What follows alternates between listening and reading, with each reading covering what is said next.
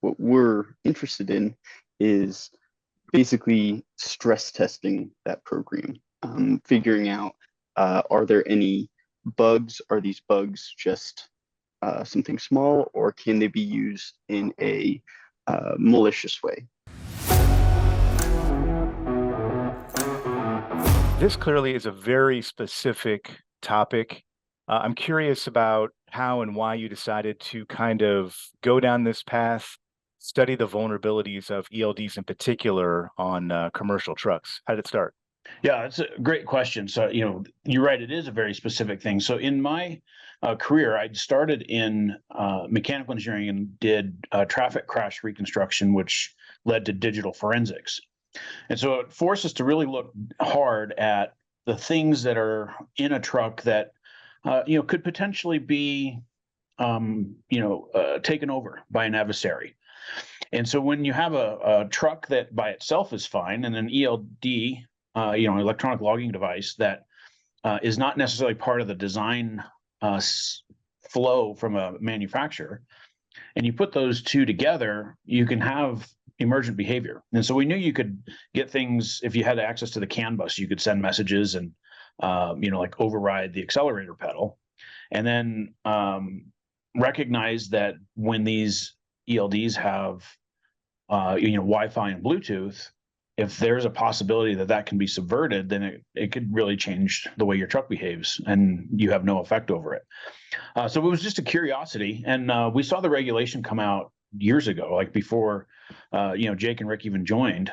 And there's been some research that, even there was what's called a DEF CON presentation where hacker actually, explained this is likely going to happen someday because these are not very, secure. And that was in 2017. And so we just, I guess, had the opportunity to, look at some. Honestly, it was kind of my prompting, and I bought one. It came in the mail, and I delivered it to Jake, and I'll let him kind of tell you what he did with it after that. Yeah, Jake, you want to take it from there? Sure.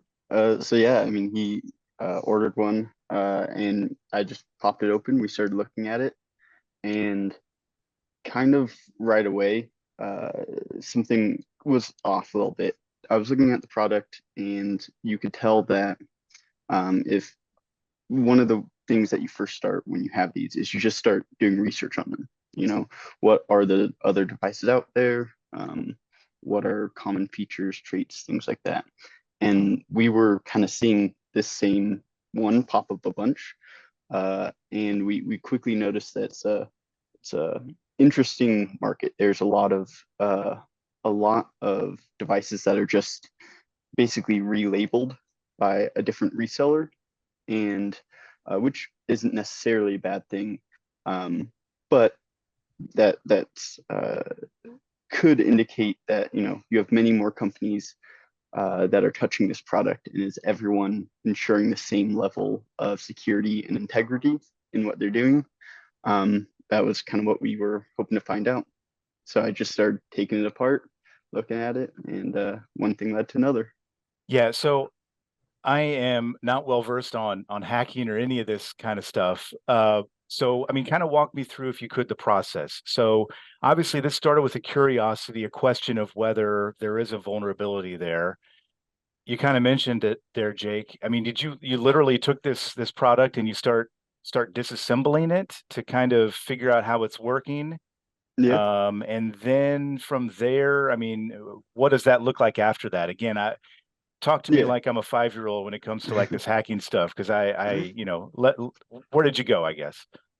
Yeah, so these devices, they're what we classify an embedded device. Um, they they have essentially many similar components that your computer might have on it, but they're all scaled down, and it's typically only going to run a single program on it. And what we're interested in is basically stress testing that program, figuring out are there any bugs? Are these bugs just something small, or can they be used in a malicious way?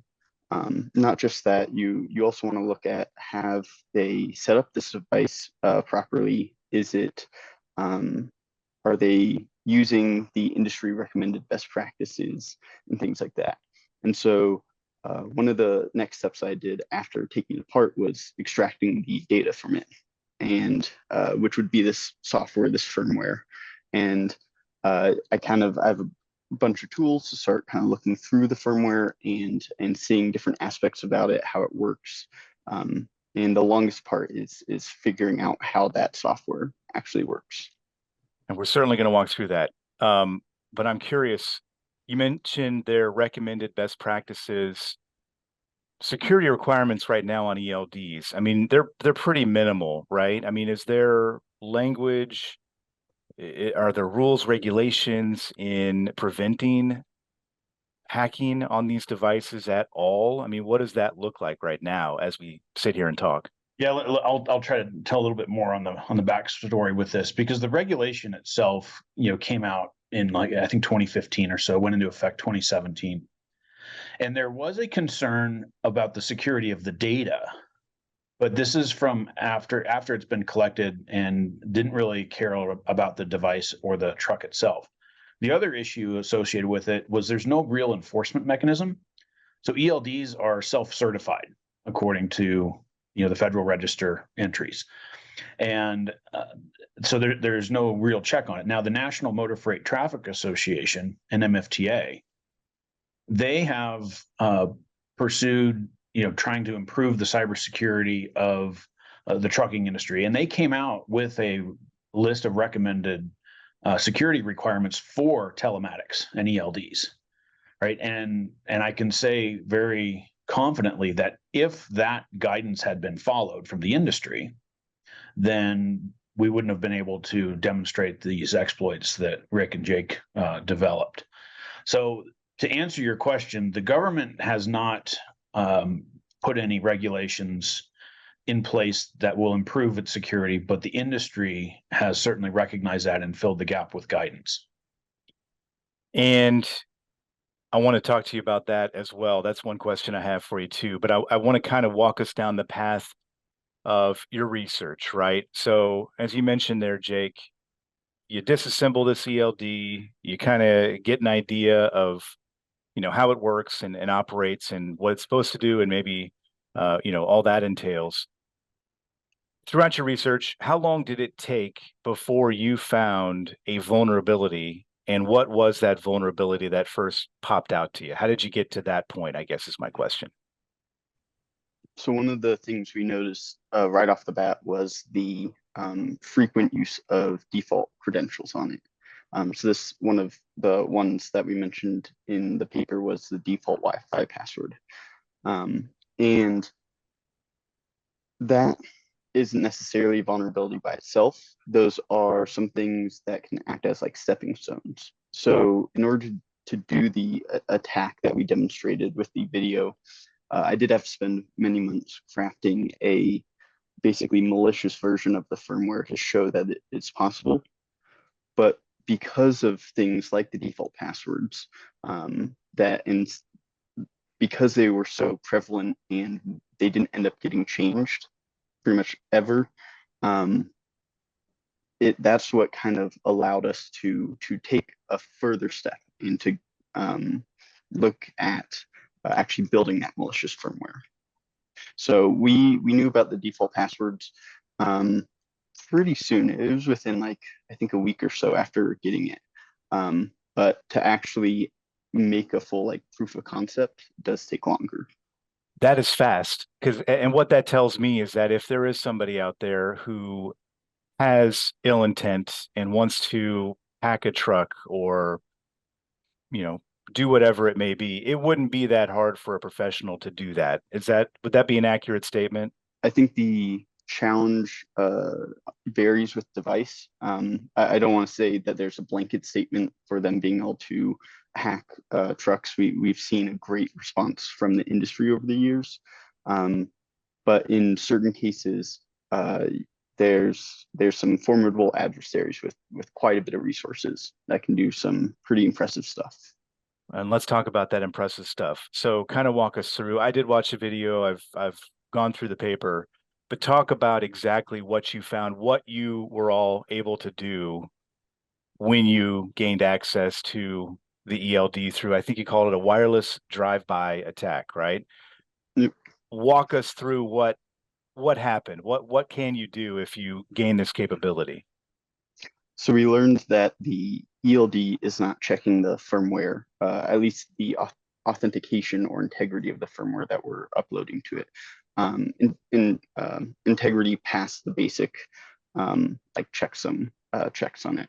What this means is that we are able to flash our own code to it and get it to do things that we want it to do. And as soon as we figured out this, this became the main goal, because if you can get it to run whatever you want it to run, and you can perform this update and get it to do this all wirelessly, then you could perform this wireless drive-by attack. So what actually occurs in the video is we are driving up alongside the truck. I connect to its Wi-Fi network and I initiate an over-the-air update. So think about just like a computer or phone getting an update. That's essentially what I'm doing to the device. But I'm uploading a malicious version of the firmware that I've modified to basically what it does. It's going to disable the accelerator pedal. It's screaming at the engine to go to 0% torque. And it was keeping Rik, he could press on the accelerator pedal as much as he wanted to, but it wouldn't respond. Wow. Okay. So essentially you're taking over the truck. You've hijacked it essentially wirelessly, right? Yes. Yeah. And is that as simple as it is? I mean, is it as simple as just turning the truck off? Or can you do more with that? I mean, could you make it speed up? Could you do anything else that would, be a safety hazard on the roadways? I think there's a the specific attack that we used, we could make it speed up if we wanted to. These types of attacks are not going to all be work across all truck models, across all years. But the ones that we specifically did for trucks around the year that ours was made, I think it's 2014 or 13. A lot of those were still vulnerable to this type of attack at that time. So, Rik, I want to get you in here. Talk a little bit about your role in all of this. I think Jake mentioned there that you were you weren't driving the truck, but what exactly were you doing through all of this? So basically, my part was helping out throughout this research with some of the reverse engineering and some of the malicious exploits that Jake came up with. And we did the drive-by attack wirelessly, and I was the person in the cab, so you can imagine it was not that fun. And later on, like throughout the research, we also came up with the proof of concept 2, which was basically trying to make a wormable exploit of this attack, which is basically where a malicious payload, as Jake mentioned, could basically propagate from one ELD to another and spread across a network of trucks that are out there on the road. So that was what I helped with and helped develop and code up.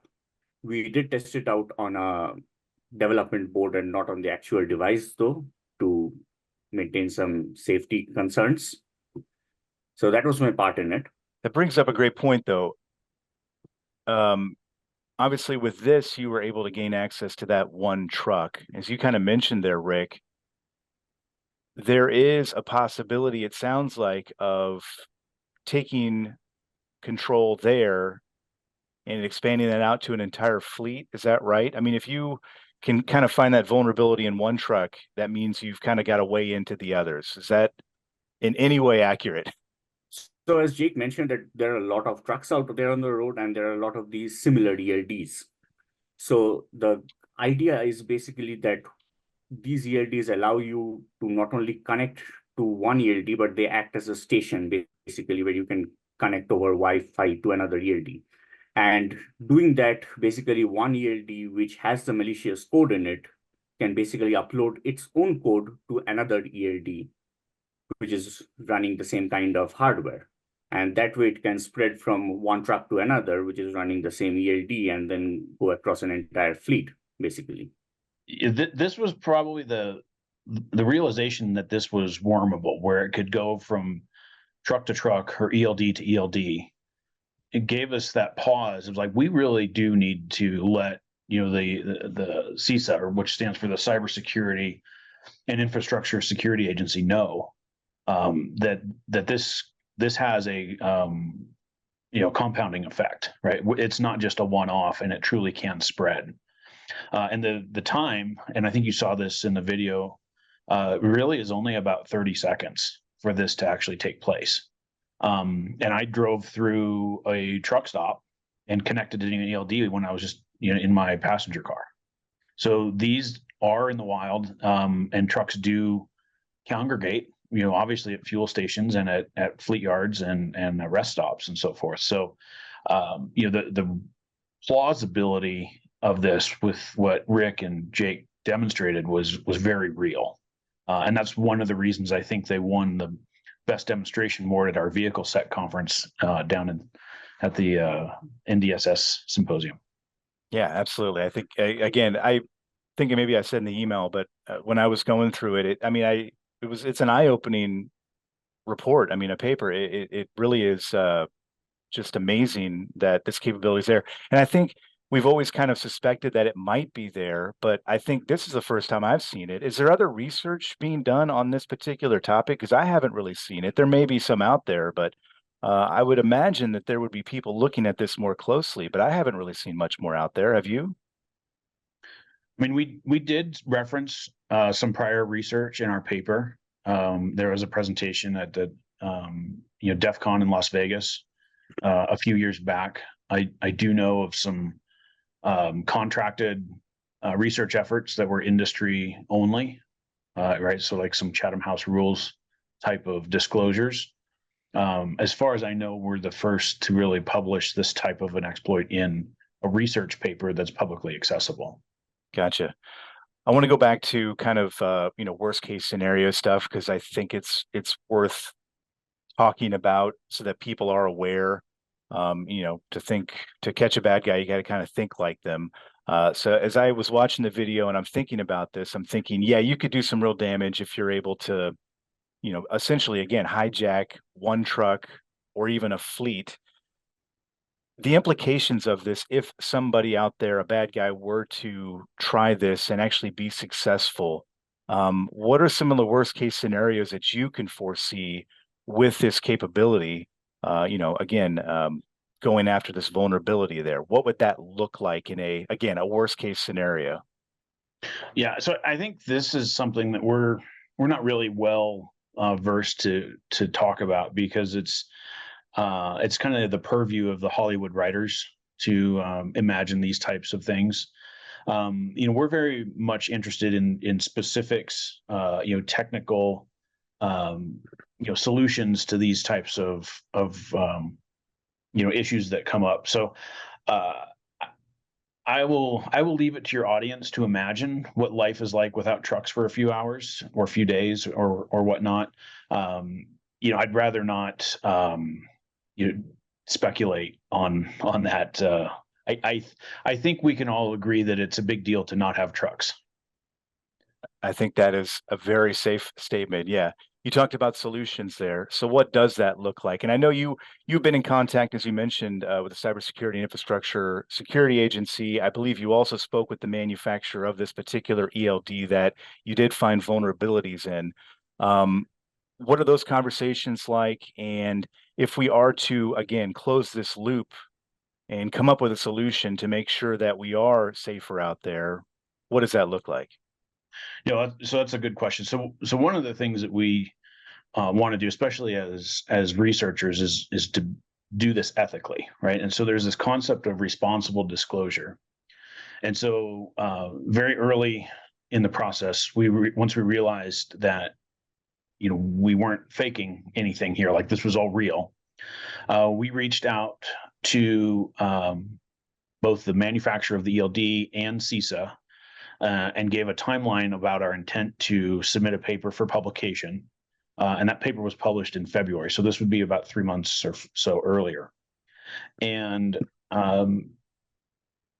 there was response, right? So like the fact that the vendor did respond was encouraging. And then after some more details, they kind of embraced the opportunity to develop a fix and a patch. And so at that time, we were in this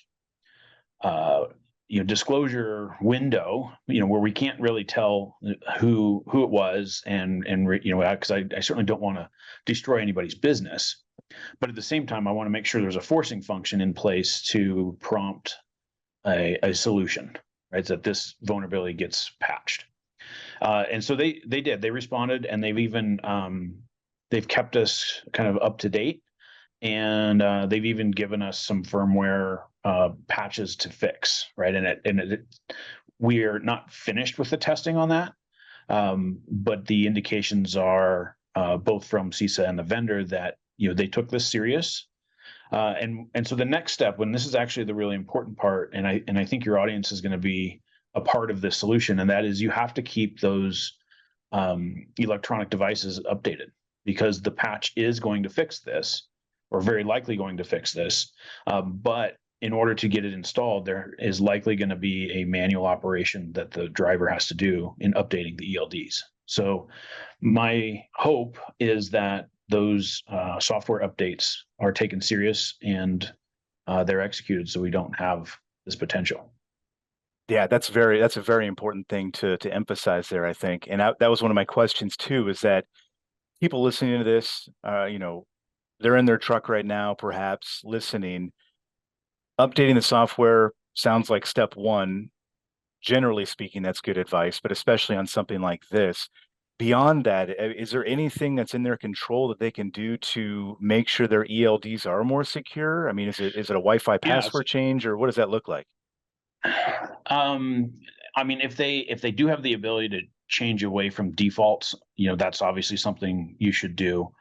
But the other thing, and this is where truckers and fleets especially have some influence, and that is purchasing power, right? So a lot of trucks and ELDs are bought, in bulk, and there's a lot of money that goes into those things. And so a cybersecurity aware purchase can force contracting language. And so when our customers, when the truckers are asking the question, is this secure and how do I know? How can you prove it?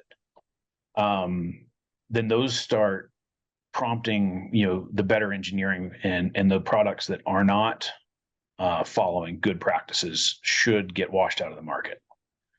So that's kind of my hope. I would rather see a free market solution to this than trying to have the government come in and regulate additional cybersecurity controls that may or may not work. Yeah, well, and I also wonder if CISA is going to put out some sort of, notice about this sort of thing. I've been looking for that, and I'll reach out to them actually after I speak with you to see if they can tell me anything. I got a couple follow-up questions for you guys. Rik, so you were in the cab when you basically lost control of the truck. Yes. You had no control. And anybody who's driven a truck knows that any loss of control, whatever it may be, is a pretty terrifying moment. Obviously, you were on a test course. You knew you weren't going to slam into a school bus or something horrible, right? Yeah. But I imagine even knowing that, I mean, did you have a moment of, oh, okay, this is scary? What was going through your head, I guess, at that moment? So the attack is actually quite unique in that we could have actually sped up the truck or slowed down the truck by disabling the accelerator pedal. And what Jake decided to do was to disable the pedal so that the truck slows down. So that helped the panic, I would say. If we decided to speed up the truck, that wouldn't help the panic. But yeah, I kind of knew what was going on. So obviously, like, the expected behavior was to slowly brake and come to a stop. But it is always not fun when you lose control of a truck when you are driving down anywhere whatsoever. Yeah, that's terrifying. Even a car, but obviously in a potentially an 80,000-pound truck, it's even more terrifying. Jake, the research here, in essentially cracking this thing in, I think you said, like a week, which again for me is also terrifying because again there are hackers out there that are looking to take advantage of people and infrastructure and all sorts of things.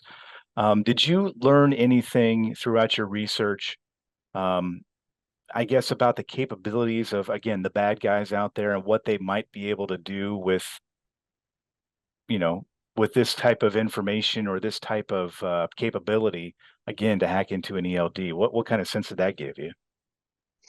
Yeah, I mean, this was my first, I guess, real life um, like reverse engineering project. I've done many other events and done some competitions that involve it, but this was a true, um, I guess when I say like true real world case, that means that you're going into it not knowing whether or not it's something you can do, and there's a lot to learn. And so I spent uh, a couple months reverse engineering it, and that I definitely came out of it much better than I was before. But yeah, I would say if they are a professional and they do this on a daily basis, they would be able to do it a lot faster than I did for it. Yeah, I mean, again, it's terrifying. I'm curious, obviously we're focused on the trucking industry here. Are there other things that, and again, I'm kind of fishing here, but are there other things throughout your research here on this particular issue that maybe raise questions about other security issues within the supply chain or again with trucking fleets or the trucking industry in general? Again, I'm kind of fishing here, but I'm just wondering because I feel like this could very well have implications on down the road. I don't necessarily know what those are, but I'm wondering if you all might have some idea what that looks like. Yeah, I mean, this is what we study in our group is we study heavy vehicles, but I mean, one of the main reasons we study them is that they are critical infrastructure, and it's important to secure critical infrastructure, especially as they begin. Actually, I shouldn't say begin. As they just become more and more connected, it's crucial to keep them safe. Um, so I can't say, I guess, whether or not this ELD points to, um, I guess I don't have any other specifics off the top of my head, but it's an active area of research, and it's something that's definitely important to us. Well, and I can't say the level of hesitancy among professional truck drivers about autonomous trucks is like a level 12 out of 10. I mean, there's a lot of concern there. And I look at this issue, and this is a prime example of the fears that people have about autonomous trucks, is that connectivity that you're talking about there. You're essentially giving complete power away. And Rik, you were terrified and they're not having power. I mean, in a lot of cases, that's what we're talking about with autonomous trucks. Um, do you see any parallels there? And Jeremy, maybe that's a good question for you. I'm not sure, but do you have concerns, I guess, maybe is a better question about autonomous trucks, knowing what you know about the ELD situation?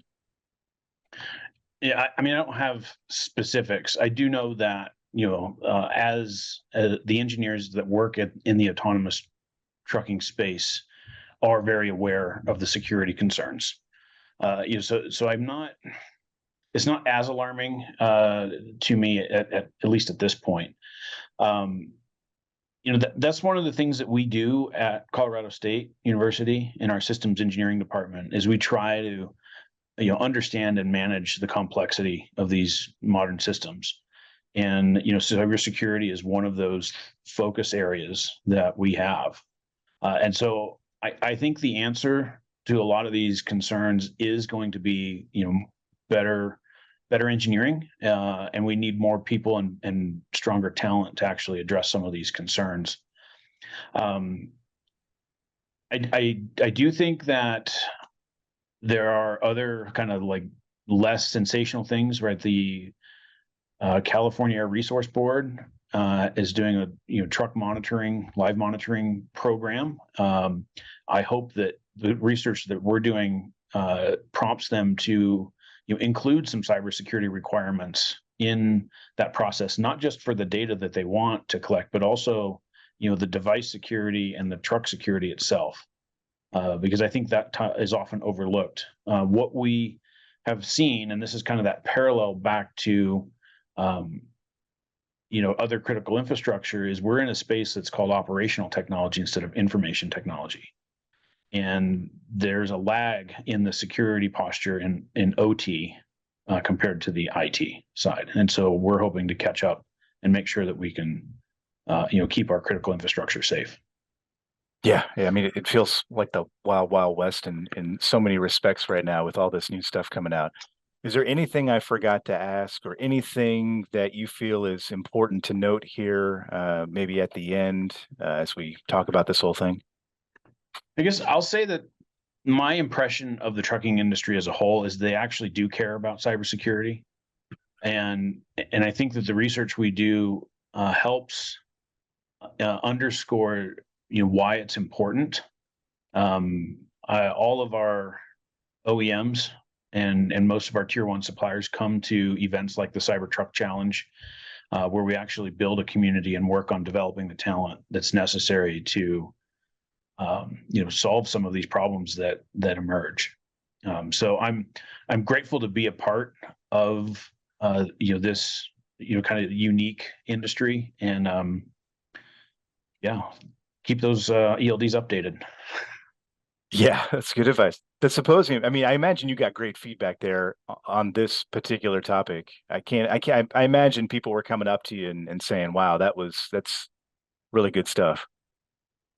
Mostly, I did make work for some people. I know that because they're now have to consider through either like tabletop exercises or, vendor screening and adding this type of vulnerability to their security questionnaires.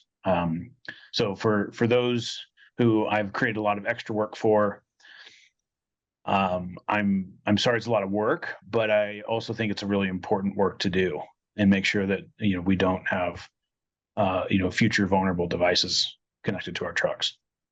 Yeah, and I imagine this paper is going to have a lot of people calling for paper logs to return instead of the ELDs, but that's a matter for another day, I suppose.